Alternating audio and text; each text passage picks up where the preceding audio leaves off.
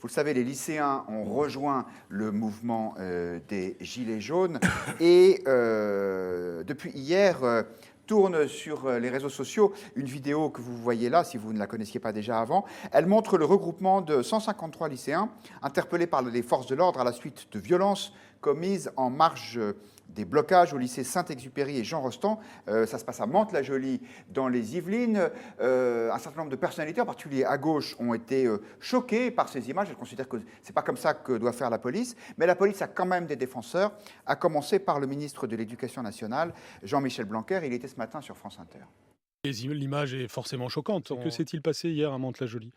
À Mantes-la-Jolie, il y a des éléments extérieurs au lycée, des personnes de plus de 20 ans souvent, qui au cours des jours précédents avaient accumulé des poubelles en venant les apporter en fourgonnette, qui ont coincé le lycée, qui ont réussi à ameuter quelques lycéens, pas forcément d'ailleurs du même endroit, il y a des gens qui sont venus d'autres départements. Ils ont envahi un pavillon, ils ont volé des bonbonnes de gaz, ils ont commis des exactions, ils ont évidemment attaqué les forces de l'ordre, lesquelles ont cherché à les neutraliser, et en les neutralisant, les ont effectivement mis contre un mur, et avec les images que l'on voit. Alors avant de vous demander votre avis, je vous propose d'écouter un témoignage de plus, qui est celui de Valérie Pécresse, qui est la présidente de la région Île-de-France. Elle connaît bien ce sujet, puisque vous savez que ce sont les régions qui gèrent les lycées, pas d'un point de vue éducatif, mais en termes d'organisation et de gestion. Et pour elle, c'est clair, s'il y a de la violence, elle n'est pas du côté des policiers. Il y a eu des violences inédites, et moi je suis inquiète pour aujourd'hui. Je suis inquiète pour aujourd'hui parce que les mots d'ordre sont clairement de faire des démarrages de feu dans les lycées. Je suis allée en Seine-Saint-Denis, je suis allée auprès des proviseurs, et je peux vous dire que la situation est extrêmement tendue. Donc il faut replacer la vidéo que vous venez de me montrer dans ce contexte d'extraordinaire tension, de violence que l'on n'a jamais vu, même pendant les mouvements de la loi El Khomri. Et aujourd'hui, je veux le dire, l'obsession des policiers, c'est de ne pas blesser un lycéen. Guillaume Bernard, est-ce que l'enseignant que vous êtes, même si c'est dans l'enseignement supérieur et pas au lycée, a été choqué par ces images? Mais vous nous avez demandé si on était choqué par l'arrestation de lycéens. Mais ce sont des lycéens ou ce sont des voyous? C'est-à-dire que c'est leur statut, c'est parce que ce sont des lycéens, c'est parce qu'ils font des études secondaires qu'ils sont lycéens, mais là, ils n'ont pas été arrêtés en tant que lycéens, ils ont été arrêtés en tant que casseurs. Et donc, par conséquent, bien entendu, je veux dire, on ne peut pas être satisfait, je dirais, que les forces de l'ordre soient obligées d'intervenir aux alentours de lycées. C'est la preuve, je dirais, de ce que le tissu social, de ce que l'éducation a été ratée. Vous m'aviez posé la question il y a quelque temps, est-ce que j'étais favorable à la présence de policiers dans des établissements? C'est quelque chose que je trouve parfaitement ubuesque. Mais en revanche, que des policiers neutralisent et arrêtent des voyous, alors ça me paraît absolument acceptable et même nécessaire. Cela dit, on peut peut-être se dire que le fait d'avoir laissé diffuser ces images, ce serait presque un tour d'essai, un round d'essai avant ce que la police serait autorisée à faire demain. Et si elle le fait vis-à-vis de casseurs, c'est très bien. Si elle le fait vis-à-vis des gilets jaunes, c'est plus ennuyeux.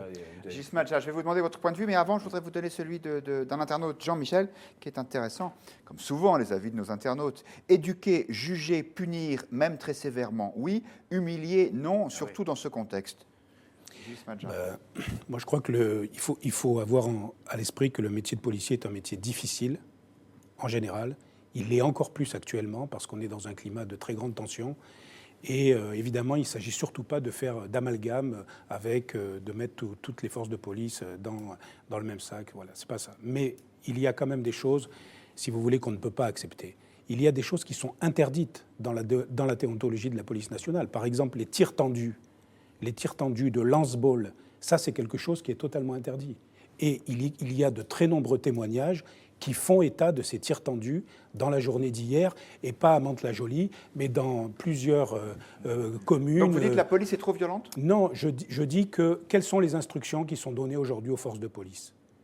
Comment les prépare-t-on quelles sont les stratégies et les doctrines qui sont mises en place pour aller dans ces manifestations? Qu'est-ce qu'on demande exactement aux forces de police? Est-ce qu'on leur demande de protéger les lycéens, comme c'est le devoir des forces de police? Ou est-ce qu'on leur demande autre chose? Je pense que c'est ça le vrai problème qui est posé. C'est de savoir quelles sont les instructions qui sont données.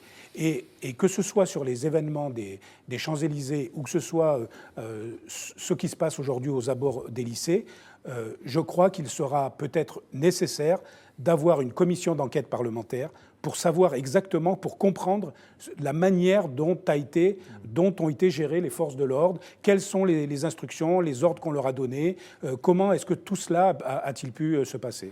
Alors, il y a un internaute, Jacques, qui nous dit est-ce qu'on parle des bonbonnes de gaz ramenées par les lycéens entre guillemets. En fait, effectivement, vous avez raison, Jacques, il y a eu ces éléments extrêmement inquiétants. D'ailleurs, Jean-Michel Blanquer, dans l'extrait qu'on vient de diffuser de son interview à France Inter de ce matin, parle de ces lycéens ou supposait-elle qui avaient volé des bonbonnes de gaz. Et vous, Daniel Bilalian, est-ce que vous avez été choqué par ces images ? Écoutez, le problème, je pense que si j'étais un membre des forces de l'ordre, je ne comprendrais pas très bien ce qu'on me demande en ce moment. On me demande de maîtriser les manifestations avec un plumeau, de faire le ménage avec juste un petit balai comme ça.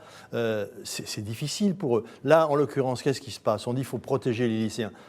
Ceux qui sont là sont des gens qui ont manifesté violemment, donc ils ont été repris et traités violemment, je veux dire.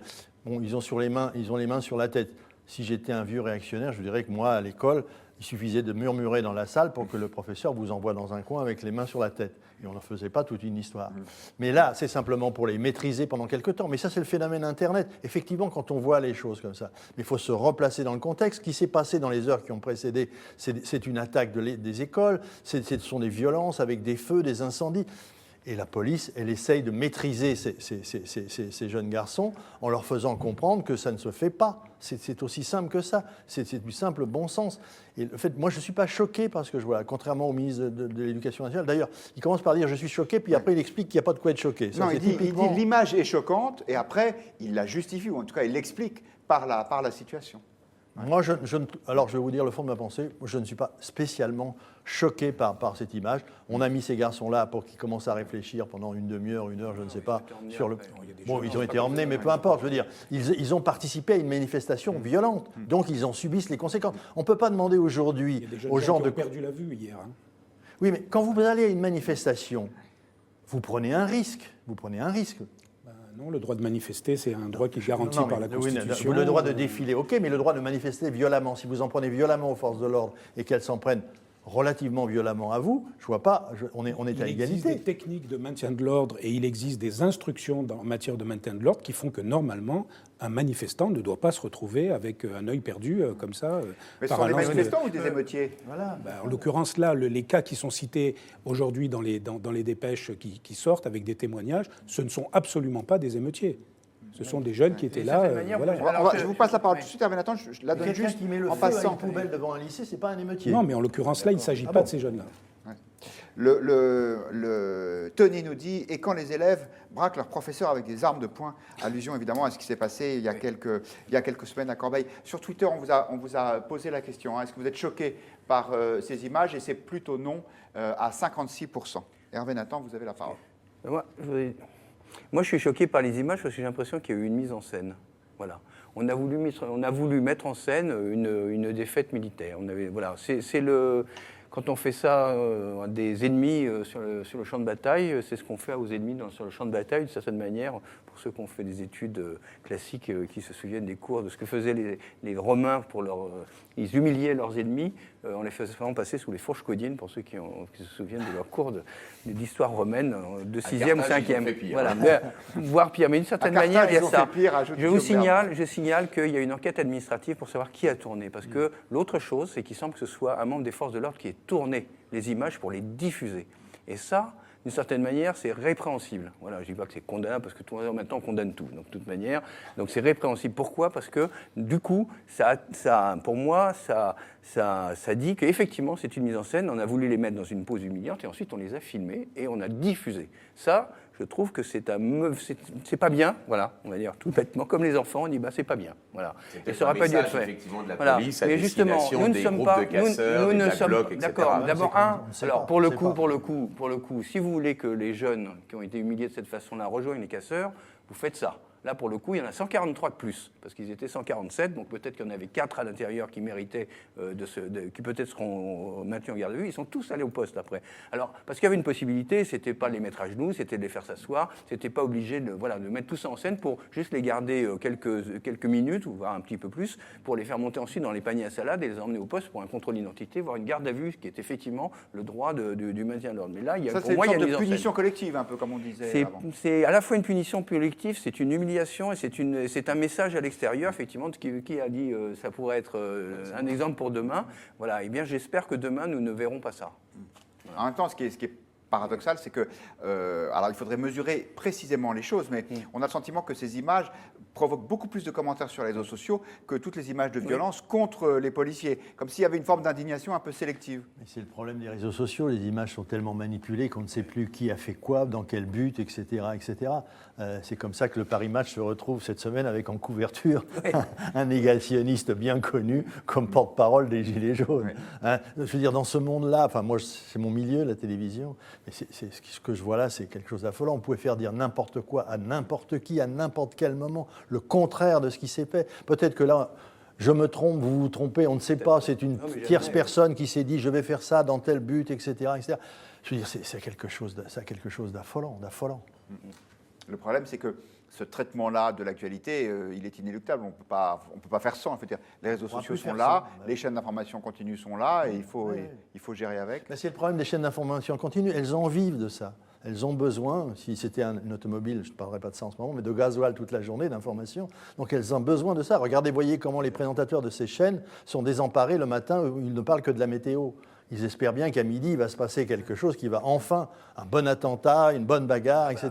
Mais Daniel, ça commence à 8h30. Les chaînes le font aussi parce que l'audience est là. Ça veut dire que les Français aussi sont intéressés par ces sujets.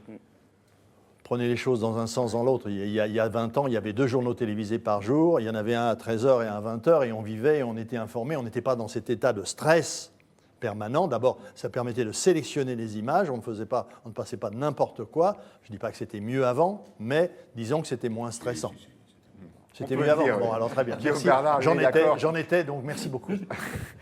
Guillaume Bernard est d'accord avec cette pétition de principe. Oui, c'était mieux avant. Bon, voilà. Et même avant. Bon, on s'éloigne un petit peu de la France pour nous rendre jusqu'en Allemagne. Angela Merkel quitte